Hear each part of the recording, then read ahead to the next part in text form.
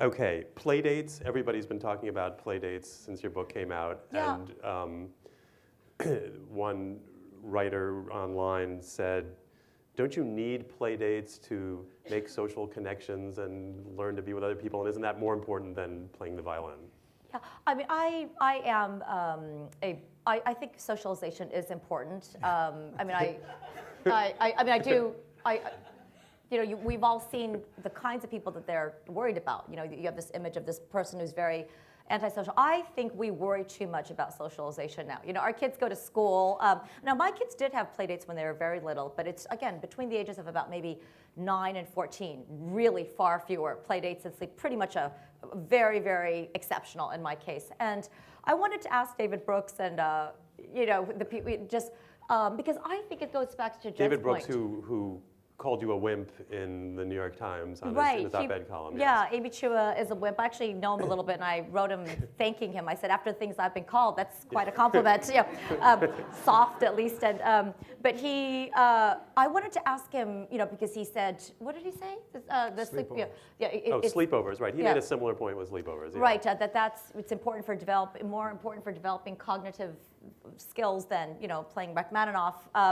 I think we over-romanticize these things. I really do. And I wanted to ask him how many sleepovers and play dates he had as a kid, right? Because I think it is generational. If you think of people in their 40s now, and it was a different time.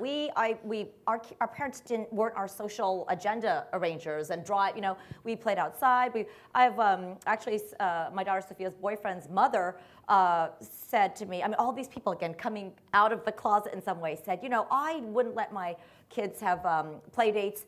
When Dave asked me when he was 15, can I have a play date? She said, you already have a play date. It's called your brother. And I worked really hard on it,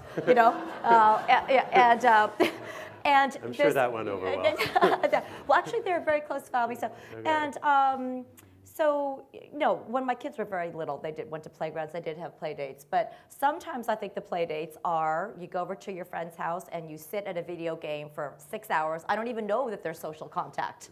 Some sleepovers we happened on one, and I think, again, it's not what everybody, you imagine it's one thing, but some of them are, I don't know. In some ways, I view it, I'm okay with my kids having grown up a little bit more slowly. My parents banned me from these things. I was mad at them when I was little. I thought, my famous story is my father wouldn't let me have boyfriends, go to parties, and the senior prom, my mom finally intervenes because he says, absolutely no, what is this prom? She intervenes and says, I should be able to go.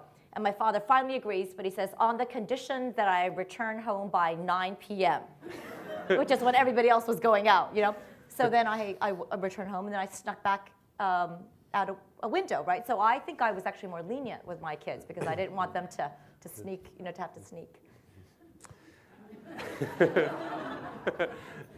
Or so you think. Yeah.